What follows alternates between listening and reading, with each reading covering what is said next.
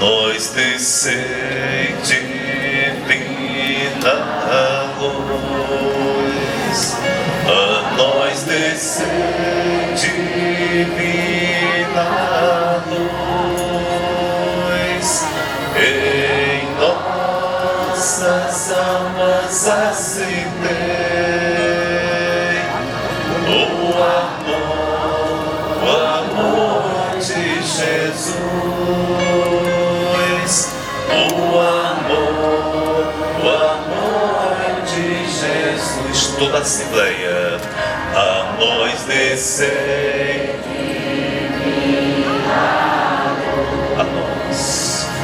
a nós descende divina luz, em nossas almas acendei o amor de Jesus, o amor de Jesus. Então, mais uma vez, quero soltar o diácono Alexandre, né? Dessa vez eu acertei. Diácono Alexandre, e assim quero estender também a saudação dos seminaristas, a todos aqueles que estão a serviço da liturgia, da comunicação, dos diversos serviços nesta festa em preparação para o grande momento especial, que é justamente a festa do Copadroeiro desta paróquia São Sebastião. E nós já estamos vivenciando a liturgia do segundo domingo do tempo comum. Comum aqui não no sentido de não ter valor, mas neste tempo nós escutamos a missão de Jesus. E assim somos convidados também a assumir a missão no nosso dia a dia, pois todo cristão, todo batizado deve assumir aquilo que Jesus ensinou. Queridos irmãos e irmãs, gostaria de trazer presente uma diferença que existe na nossa caminhada a partir da vontade. Existe a vontade de Deus e a minha vontade. Nem sempre a minha vontade é de acordo com a vontade de Deus. Por isso, constantemente, eu preciso discernir para perceber se verdadeiramente a vontade de Deus está prevalecendo na minha vida. Por isso, vem a seguinte pergunta: nas minhas decisões, no dia a dia, a minha vontade realmente é a vontade de Deus? A primeira leitura de hoje da profecia de Isaías nos fala de um servo. O povo de Israel passava por uma dificuldade porque estava ali no exílio da Babilônia, sem esperança. E o profeta Isaías é aquele que transmite a esperança a este povo que estava desamparado. E ele fala de um servo que viria para ser luz para as nações. Ou seja, aquele que iria direcionar o povo na caminhada. Ora, queridos irmãos e irmãs, quando nós relacionamos essa passagem bíblica do Novo Testamento, logo nós pensamos em Jesus. Esse servo que não veio fazer a sua vontade, mas a vontade daquele que o enviou. E fazer a vontade de Deus com prazer, com alegria. Por isso Jesus tornou-se para nós essa grande referência de fazer a vontade do Pai. Mas nem sempre isso acontece. Quando nós tomamos alguma decisão que não é de acordo com a vontade de Deus, pode ter certeza que essa decisão vai ter consequências erradas. Por isso, meus irmãos e minhas irmãs, para podermos perceber se realmente as nossas decisões são tomadas de acordo com a vontade de Deus, é preciso se voltar para Jesus. É preciso olhar para Ele. Como nos fala no Evangelho de hoje, João aponta para Jesus e diz: eis o Cordeiro de Deus. Vamos dizer juntos: eis o Cordeiro de Deus, quem tira o pecado do mundo. Ou seja, João Batista, ele reconheceu Jesus, o enviado do Pai, mas também reconheceu dele aquele que veio para tirar o pecado do mundo, ou seja, tirar o sofrimento, o peso, tirar tudo aquilo que dificultava a vida do povo.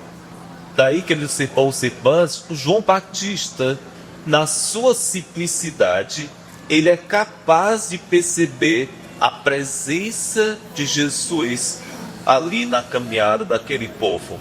Ora, João Batista reconhece que Jesus é maior do que ele. João Batista reconhece o seu lugar. Ele veio preparar os caminhos para o Senhor. Por isso, em nenhum momento, João Batista se colocou no lugar de Jesus. Muitos pensavam que João Batista fosse o Messias. Mas João Batista, ele sabia qual era a vontade de Deus na sua vida. Ele veio para preparar os caminhos do Senhor. Ele veio preparar os caminhos daquele que batizaria com o Espírito Santo, com fogo. Aquele que o Pai disse: este é o meu Filho amado, no qual ponho o meu agrado. Queridos irmãos e irmãs, João Batista não se deixou levar pela vontade do mundo, mas deixou-se guiar pela vontade de Deus.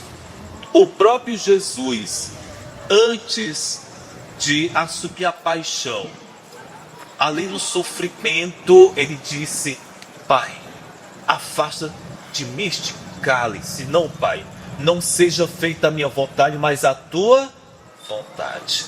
Ou seja, o próprio Jesus passou por esse momento de discernimento para não se deixar levar pela vontade humana do mundo, mas sim pela vontade de Deus, pela vontade do Pai.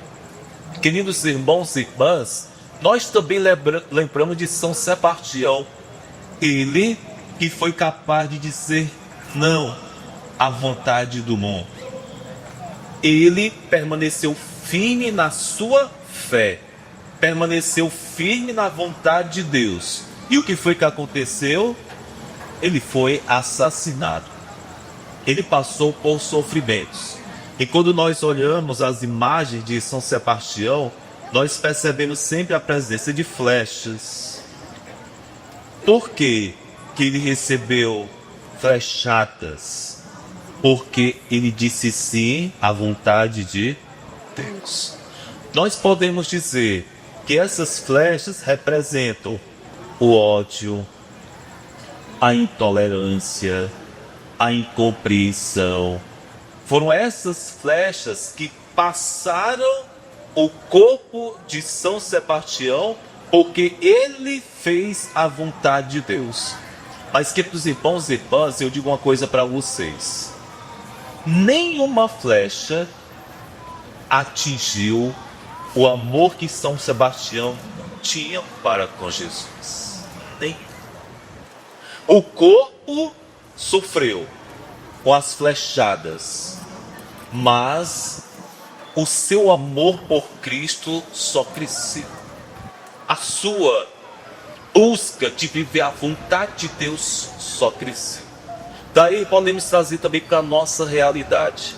Se nós realmente buscamos viver a vontade de Deus no nosso dia a dia, nós também receberemos flechadas. E quais são as flechas que geralmente nós recebemos? No mundo de hoje é muito comum a intolerância, o ódio, até mesmo nas redes sociais. Tem pessoas que ficam tão valentes, né? Que começam a falar mal da outra. Uma palavra que está também muito em vista, né? A questão da fofoca. É uma flecha cruel. Vocês concordam comigo? Quantas vezes nós somos flechados pela fofoca? Mas também quantas vezes nós fofocamos? Porque é fácil dizer que os outros fofocam, né? Mas também muitas vezes nós cometemos o mesmo erro. Ou seja, pense numa flecha certeira.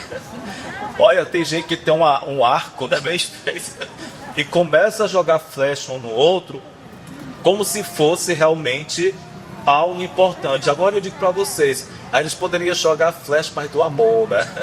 Para a gente poder verdadeiramente superar o ódio, a maldade na nossa sociedade. Por isso, meus irmãos, minhas irmãs, não é fácil viver de acordo com a vontade de Deus. Nem sempre aquele que faz a vontade de Deus será compreendido. Por isso, se você passar por algum tipo de perseguição, porque está seguindo a Jesus, não desiste. Faça igual a São Sebastião. Mesmo diante dos momentos mais difíceis, ele se voltou totalmente para quem? Para Deus. E é assim que nós também devemos viver. Que mesmo diante de pessoas que veem uma conversa bonita, querendo nos desviar do verdadeiro caminho, que nós possamos nos manter sempre firmes em Deus, porque assim como São Sebastião alcançou a glória, nós também um dia alcançaremos, se nós nos mantivermos firmes na vontade de... Daí, queridos irmãos e irmãs, eu gostaria de contar uma pequena história sobre o Evangelho de Marcos. Eu pergunto para vocês, mentir é pecado, sim ou não? Dizem que certa feita, numa cidade chamada Maranguape, apareceu um padre, não é o padre Otávio, é o outro. Aí vocês vão pensar que apareceu um padre que gostava, né, de visitar as paróquias. Ele não morava nessa paróquia, ele gostava de visitar para dar formação bíblica. Aí o que foi que aconteceu? Ele foi convidado a passar um ano dando formação todas as semanas naquela paróquia. E ele foi percebendo que as pessoas estavam empolgadas na palavra de Deus, meditando a palavra de Deus. E quando chegou o final do ano, ele perguntou ao povo: vocês leram toda a Bíblia? O pessoal levantou a mão: sim, padre, nós lemos. Vocês estão conhecendo realmente a Bíblia? Sim, padre, muito bem. Eu quero saber uma coisa de vocês. Quem leu realmente a Bíblia, levante a mão. Aí vocês participam, levanta a mão vocês. Vocês estão com medo? Não leram não? Levante a mão, pronto, agora baixa a mão. Aí o padre disse assim: ah, tá certo. Agora eu quero fazer uma pergunta para vocês aqui. Quem foi que leu o capítulo 17 do Evangelho de São Marcos? Levante a mão. Pode levantar a mão, não tenha vergonha não. Levante a mão. Aí o padre disse, aí o padre perguntou: minha gente, mentir é pecado, sim ou não? Sim. Eu não escutei não. Mentir é pecado, sim ou não? Sim. E como é que vocês leram o capítulo 17 de Marcos se só tem 16 capítulos? Mentir é pecado. Mentir é pecado. Pois ó, a partir de hoje vocês não vão pecar. Louvado seja nosso Senhor Jesus Cristo.